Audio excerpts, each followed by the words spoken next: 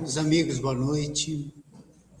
Uma alegria estarmos juntos novamente para fazermos uma reflexão de um trabalho que nos utilizamos sempre da codificação espírita e reafirmar como devemos nos portar nesta nossa caminhada.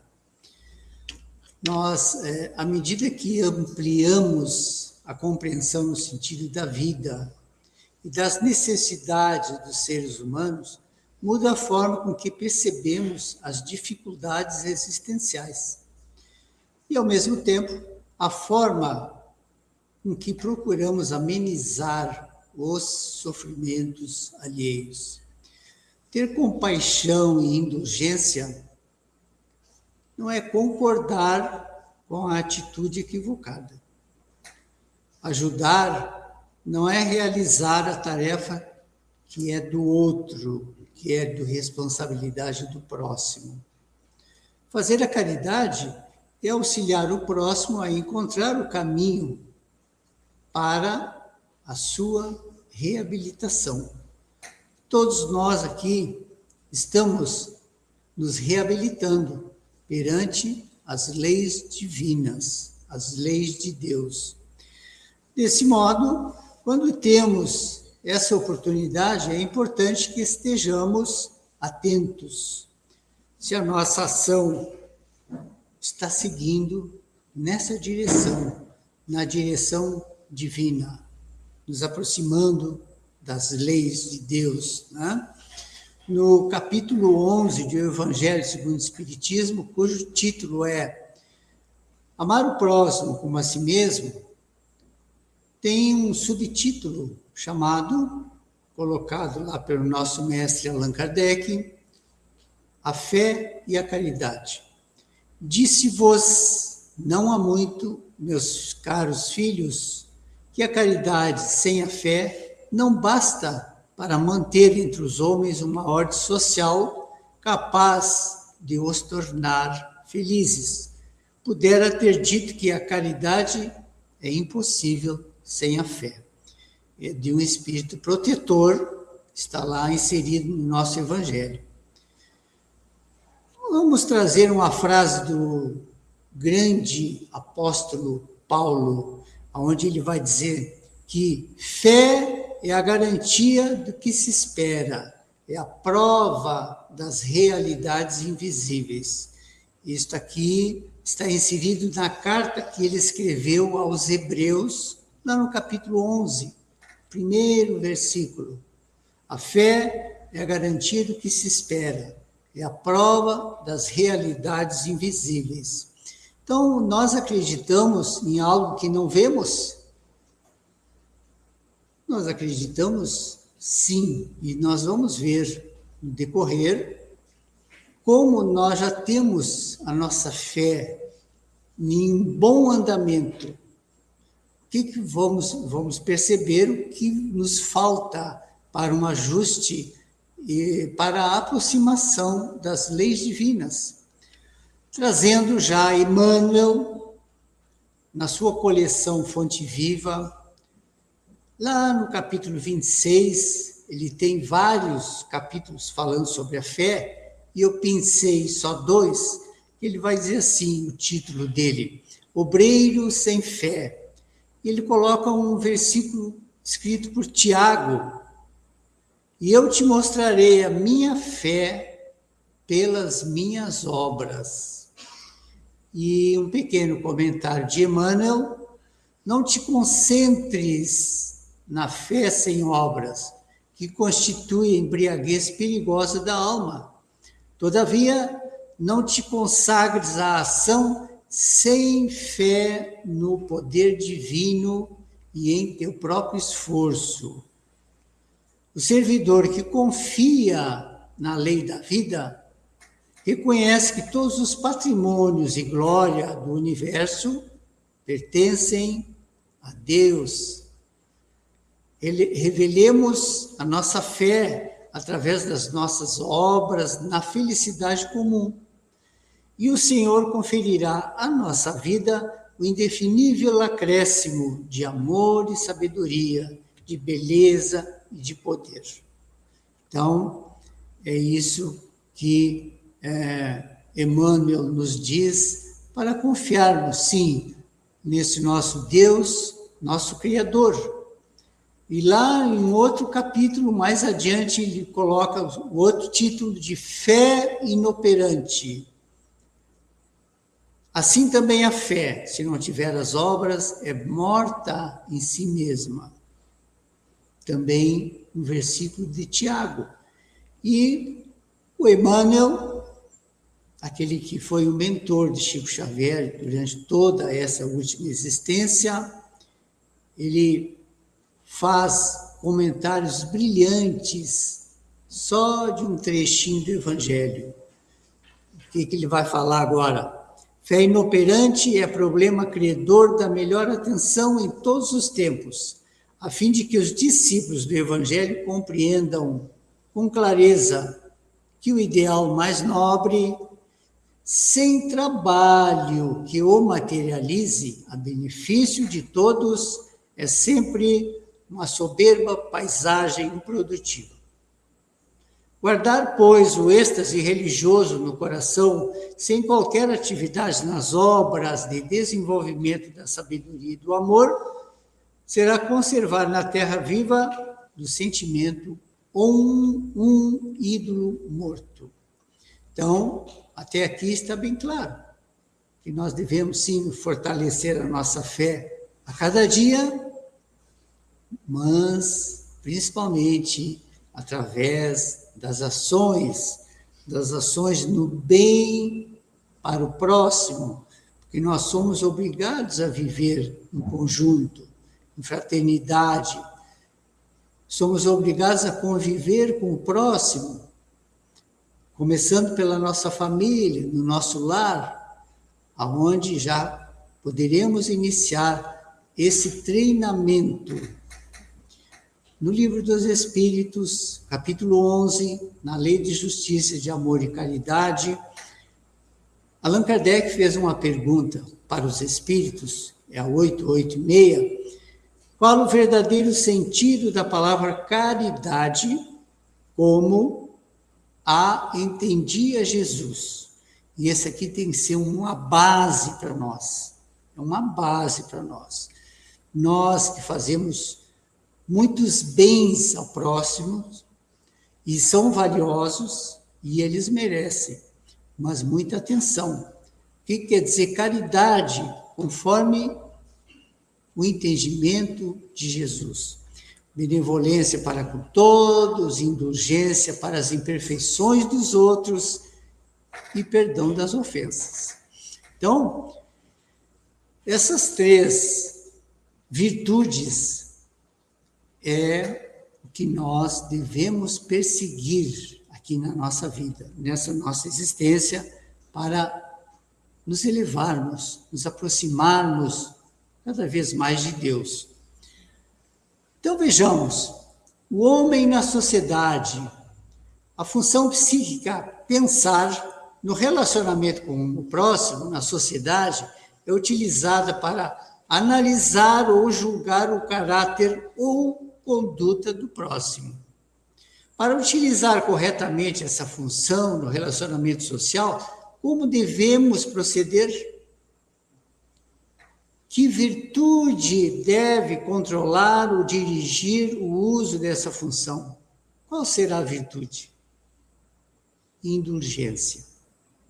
É claro que todos nós estamos aqui procurando a nossa ovelha perdida, que é aquela virtude que nós precisamos trabalhar e ir contra determinado vício que nós temos que ir eliminando. Né? Então, vejam o quão importante é a indulgência. Jesus falou, os Espíritos responderam, o entendimento de Jesus para a caridade é benevolência, indulgência e perdão.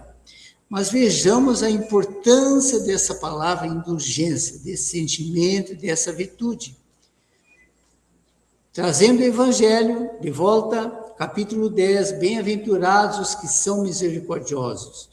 E lá, uma maioria dos capítulos do Evangelho tem a informação, a comunicação dos espíritos. E tem lá um item cujo título é a indulgência. Espíritas, queremos falar-vos hoje da indulgência, sentimento doce e fraternal que todo homem deve alimentar para com seus irmãos, mas do qual bem poucos fazem uso.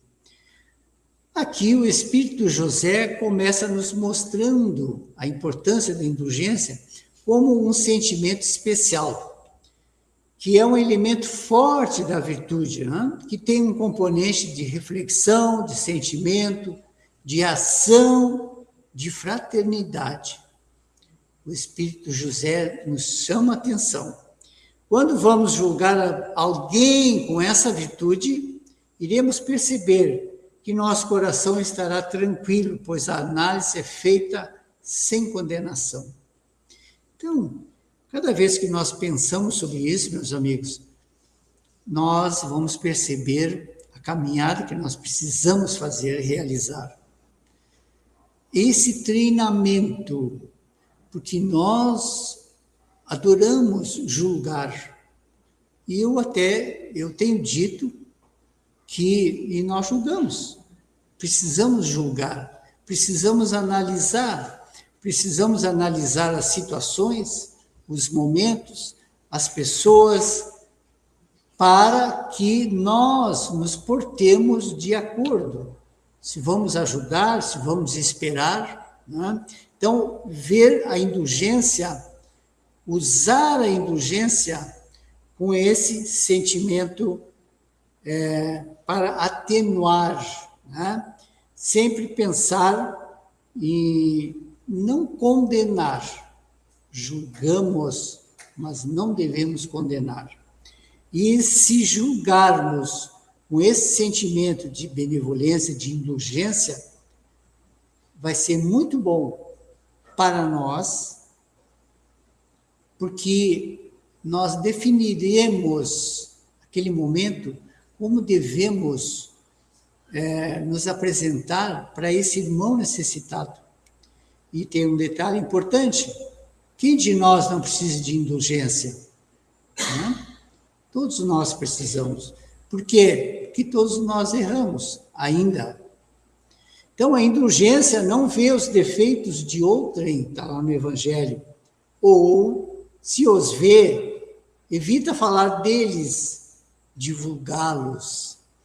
O indulgente irá prestar atenção nas qualidades, nas potencialidades, naquilo que o indivíduo tem de melhor.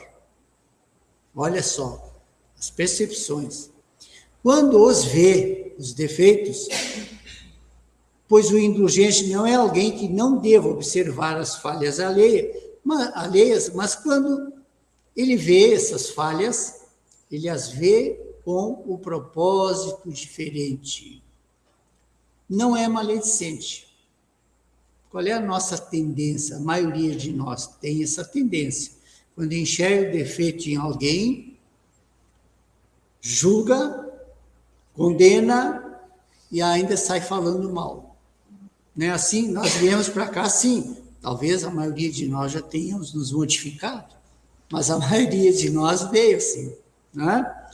Então, ao contrário, diz o Espírito, oculta-os, a fim de que não se torne conhecido senão dela unicamente. E, se a malevolência os descobre, tem sempre pronta uma escusa para eles, escusa plausível, séria, não das que, com a aparência de atenuar a falta, mas a evidenciam com pérfida intenção. Me lembro do Chico, nós sempre lemos e ouvimos falar, que quando alguém chegava para o Chico falando mal de um outro alguém, o Chico sempre procurava puxar algo bom dessa pessoa. Não é uma boa fórmula para vivermos, porque facilmente numa roda de fofoca, se nós chegarmos ali, facilmente nós já estamos envolvidos. Não? E hoje, meus amigos, hoje nós estamos num mundo muito conturbado, não sem a percepção divina, que o mundo deve passar por isso, para se perceber a caridade, para perceber que é bom, que pode fazer melhor, e para vermos a distância que há entre o bem e o mal. Há necessidade de tudo isso que está acontecendo. E, principalmente, meus irmãos, a rede social hoje, dependendo, é um veneno. Porque se tu, antes de dormir, começa só a ler aquele noticiário, é difícil. Não sei como é que nós dormiremos se nós ficarmos ali meia hora, uma hora vendo essas notícias nocivas, né? Então, devemos ter o cuidado de não sermos maledicentes. O que o indulgente faz? Ele procura sempre atenuar, né? Mas continua o Espírito José. A indulgência jamais se ocupa com os maus atos de outrem, ao menos que seja para prestar um serviço. Mas mesmo nesse caso, tenha o cuidado de os atenuar tanto quanto possível. Muito importante, não é? Se alguém está errando, está prejudicando a ele próprio, é uma coisa. Devemos ser indulgentes. Se alguém está errando, está prejudicando muitas pessoas, nós devemos fazer algo, procurando o bem, procurando atenuar o problema que poderá acontecer. Percebem? Não faz observações chocantes, não tem nos lábios censuras, apenas conselhos, e as mais das vezes velados. Conversa frente a frente, conversa no ouvido. Quando criticais, que consequências se há de tirar das vossas palavras? Que consequências? A de que não tereis feito o que reprovais, visto que estáis a censurais, e valeis mais do que o culpado. Ó homens, diz ele, quando será que julgareis os vossos próprios corações, os vossos próprios pensamentos, os vossos próprios atos, sem vos ocupares com o que fazem os vossos irmãos? Quando só tereis olhares severos sobre vós mesmos, né? Sede, pois, severos para convosco, indulgentes para com os outros. Lembrai-vos daquele que julga em última instância, que vê os pensamentos íntimos de cada coração e que, por conseguinte, desculpa muitas vezes as faltas que censurais, ou condena que relevais, porque conhece o móvel de todos os atos. Lembrai-vos de que vós, diz ele, que clamais em altas vozes, não tema, tereis quiçá cometido faltas mais graves.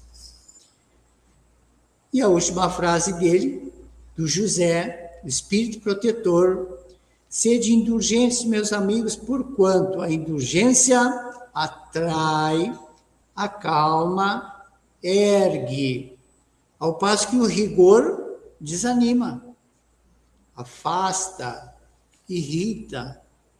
Não é verdade? Todos nós estamos entendendo essa mensagem do Espírito, né? E ainda vem uma mensagem do Espírito João também, bispo de Bordeaux, e diz, sede indulgentes com as faltas alheias, quaisquer que elas sejam. Não julgueis com severidade senão as vossas próprias ações. E o Senhor usará de indulgência para convosco, como de indulgência houveres usado para com os outros. Percebe? Nós precisamos de indulgência? Precisamos, né, gente? Eu estou trazendo um trechinho também do livro da Codificação à Gênese, onde Allan Kardec vai colocar o título: Os tempos são chegados, ou são chegados os tempos, né? Sinais dos tempos. Diz ele, são chegados os tempos, dizem-no de todas as partes, marcados por Deus, em que grandes acontecimentos se vão dar para a regeneração da humanidade. Em que sentido se devem entender essas palavras proféticas? Então, devemos lembrar que tudo na criação é harmonia. Tudo revela uma previdência que não se desmente, nem nas menores, nem nas maiores coisas. Temos, pois, que afastar, desde logo, toda ideia de capricho por inconciliável com a sabedoria divina. Em segundo lugar, se a nossa época está designada para a realização de certas coisas, é que estas têm uma razão de ser na marcha do conjunto. Então vejamos, o mundo está conturbado, está. Mas Deus não perdeu o controle da marcha do progresso. Deus não perdeu o controle. Lembrando que quem criou esse planeta foi Jesus, amando de Deus. Jesus, com seus fiéis discípulos, criou essa terra que nós estamos pisando.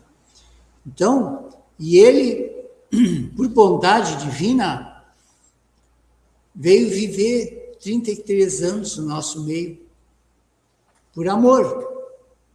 Então vejamos, nós estamos perdidos? De jeito nenhum. Que tal nós nos aproximarmos das leis divinas? O nosso globo, como tudo que existe, diz Allan Kardec, está submetido à lei do progresso. Ele progride fisicamente pela transformação dos elementos que o compõem e moralmente pela depuração dos espíritos encarnados e desencarnados que o povoam. Sabemos que os espíritos desencarnados estão em nossa volta. O progresso da humanidade se cumpre, pois, em virtude de uma lei. Ora, como todas as leis da natureza são obra eterna da sabedoria e da presciência divinas, tudo o que é feito dessas leis resulta da vontade de Deus. Não de uma vontade acidental e caprichosa, mas de uma vontade imutável. Imutável. Quando, por conseguinte, a humanidade está madura para subir um degrau, pode dizer-se que são chegados os tempos marcados por Deus. Nós sempre estamos ouvindo falar que nós estamos aí no mundo de regeneração, que está começando, está se aproximando. Mas e nós? Estamos preparados para fazer essa regeneração? Porque não vai haver regeneração se nós não realizarmos as mudanças que precisamos. Então, quando nós estivermos no nível acima, aí as palavras que Allan Kardec colocou se tornarão a realidade. São chegados os tempos. Né? A humanidade tem realizado, diz ele, até o presente, incontestáveis progressos. Os homens, com a sua inteligência, chegaram a resultados que jamais haviam alcançado. Isso em 1868. Ele escreveu isso. Sob o ponto de vista das ciências, ele avançou, das artes e do bem-estar material. Resta-lhes ainda um imenso progresso a realizar. O de fazerem que entre si reinem a caridade, a fraternidade e a solidariedade, que lhes assegurem o bem-estar moral. Estamos percebendo? Mas ele colocou, mas uma mudança tão radical como a que se está elaborando não pode realizar-se sem comoções. Por que será, né, meus amigos? Essas comoções acontecem. E ele já não está falando já dos efeitos físicos que o globo recebe para a sua transformação. A comoção moral da humanidade. Há, inevitavelmente, luta de ideias. Desse conflito, forçosamente, se originarão passageiras perturbações, até que o terreno se ache aplanado e restabelecido o equilíbrio. É, pois, da luta de ideias que surgirão os graves acontecimentos preditos. Hoje não são mais as entranhas do planeta que se agitam, são as da humanidade. E indo para a parte final, trago Emmanuel de novo, um outro de seus livros, dos 400 livros que Chico escreveu. Que maravilha! Pensamento e Vida, capítulo 6, título Fé. Entretanto, como exprimir a fé, diz ele? Indaga-se muitas vezes. A fé não encontra definição no vocabulário vulgar. É força que nasce com a própria alma, certeza instintiva da sabedoria de Deus, que é a sabedoria da própria vida. Palpita em todos os seres, vibra em todas as coisas. Jesus disse, quando esteve aqui, vós sois deuses, nós somos deuses. Né? Nós poderemos fazer muito do que o Cristo fez, e até mais, ele disse. Não chegaremos a Deus, Deus é único. Né? Aí não tem jeito. Mas nós poderemos avançar de tal forma que poderemos sim fazer muitas coisas boas. Quem sabe, ir para um mundo para cuidar, para ensinar que nem Jesus fez. Quem duvida? Quem sabe disso? Né? Poderemos ser Cristos. Então, mostra-se no cristal fraturado que se recompõe humilde e revela-se na árvore decepada que se refaz gradativamente, entregando-se às leis da renovação que abarcam a natureza.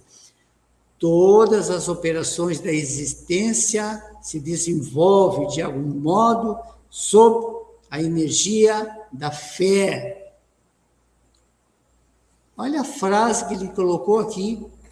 A simples refeição é, para o homem, espontâneo ato de fé. Alimentando-se, confia ele nas vísceras abdominais que não veem. É verdade. Nós respiramos o ar que ele nos deu. Vivemos, o nosso coração bate. Nem percebemos, nem damos valor. Talvez nem façamos uma prece para agradecer. O simples ato de se alimentar é um ato de fé, porque o teu estômago, falando, trocando as palavras dele, tu sabe que teu estômago irá fazer o trabalho dele. Então, muitas vezes nós, falando com as crianças, tem que mastigar a comida. Não deixa tudo para o teu estômago. Manda um pouquinho mais preparado para melhorar a digestão, né? Vejamos, é um ato de fé. Então, tu não está acreditando que teu estômago irá funcionar? Quando tu respira, tu não acredita que o teu coração continua batendo, que os teus pulmões enchem e soltam ar? Quando nós fazemos um negócio, quando nós nos casamos, nós não temos a fé nas pessoas. Então, nós já estamos usando a fé, sim, há muito tempo. Mas e como está a nossa fé em relação ao poder divino? E Emmanuel vai dizer, todo o êxito da experiência social resulta da fé que a comunidade empenha no respeito às determinações de ordem legal que lhe regem a vida. Para isso, seja qual for a nossa interpretação religiosa da ideia de Deus, é imprescindível acentuar em nós a confiança do bem para refletir-lhe a grandeza.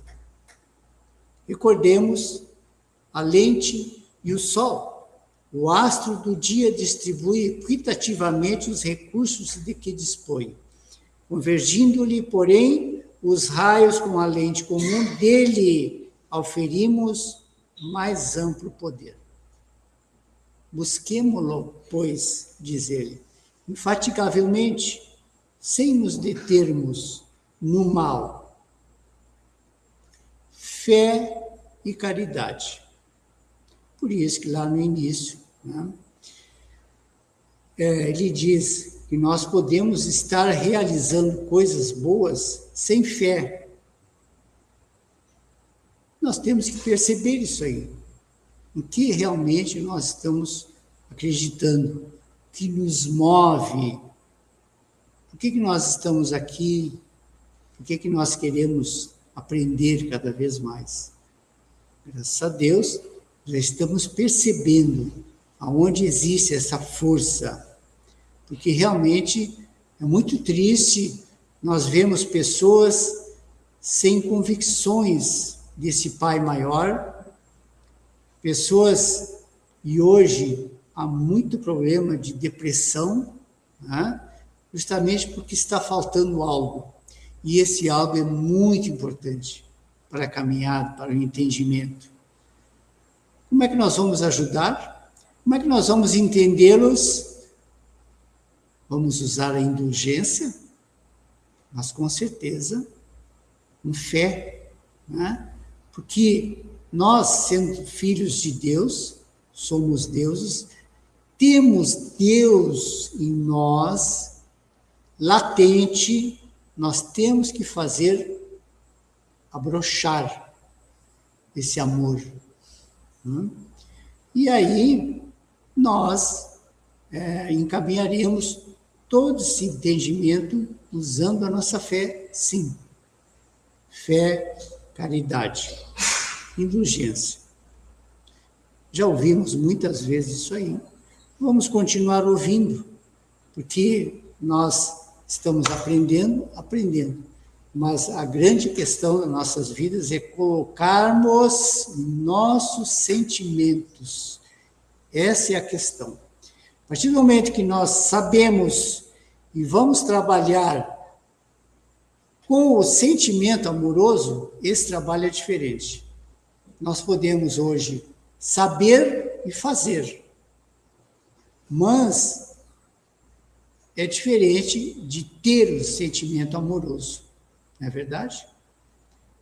Então, esse é o tema que eu tinha que trazer para hoje. Agradeço muito a atenção de vocês e fiquemos todos na paz de Deus.